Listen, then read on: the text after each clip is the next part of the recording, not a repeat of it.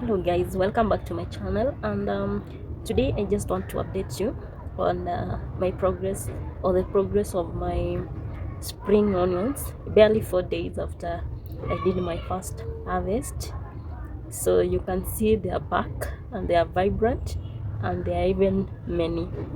So earlier I told you that the best way to make this spring onion to grow more is by picking, because picking the spring onion is like you're doing pruning. So you can see that it's barely 4 days, because I picked on 16th, or it was 15th, and then today is on 19th. So barely 4 days and they are back vibrant and they are very many. So earlier I said that I'm starting to establish a garden on the, the corridor, or the balcony, which is adjacent to my kitchen. And I said that the balcony which is adjacent to the kitchen is the best because of the decomposing waste that you get from the kitchen. You can easily put it here. And then again, the front balcony, which is adjacent to, let's say, sitting room, it's not appropriate for you to set a garden, because I presume that that is the place that you can set so that you can be relaxing with your family. So this is the update. So I'm still on the progress of looking for the seedlings, or the seeds for coriander.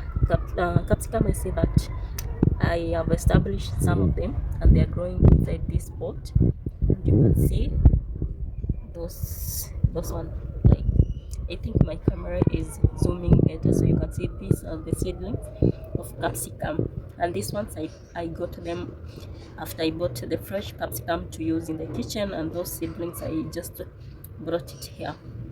So you see my onions are very healthy.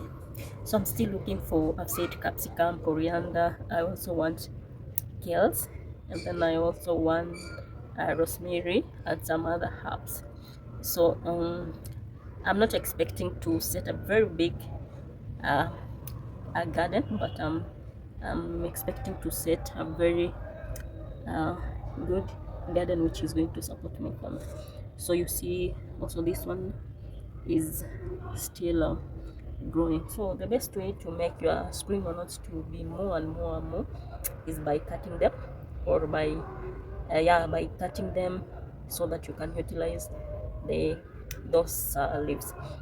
So because if you leave it that way, it is not going to allow room for the others to regrow. So the good thing about these spring onions, it's not like the red or the bulb onion, where after you harvest you don't do the ratooning.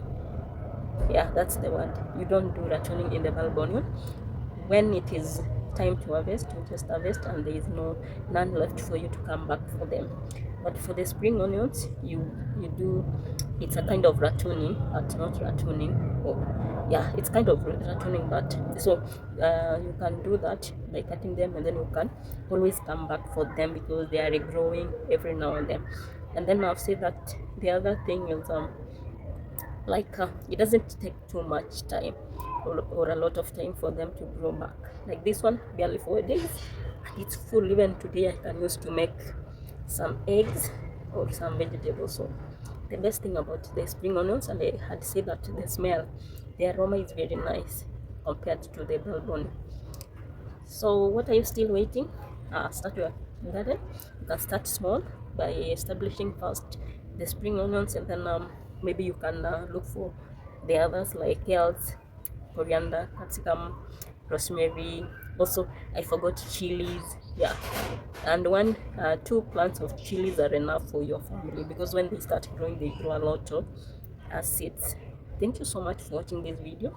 I hope it is going to inspire you. I hope it is going to start you off, so that you can set your kitchen garden. So stop not utilizing the resources, like the extra balcony that you have in your house. Bye bye.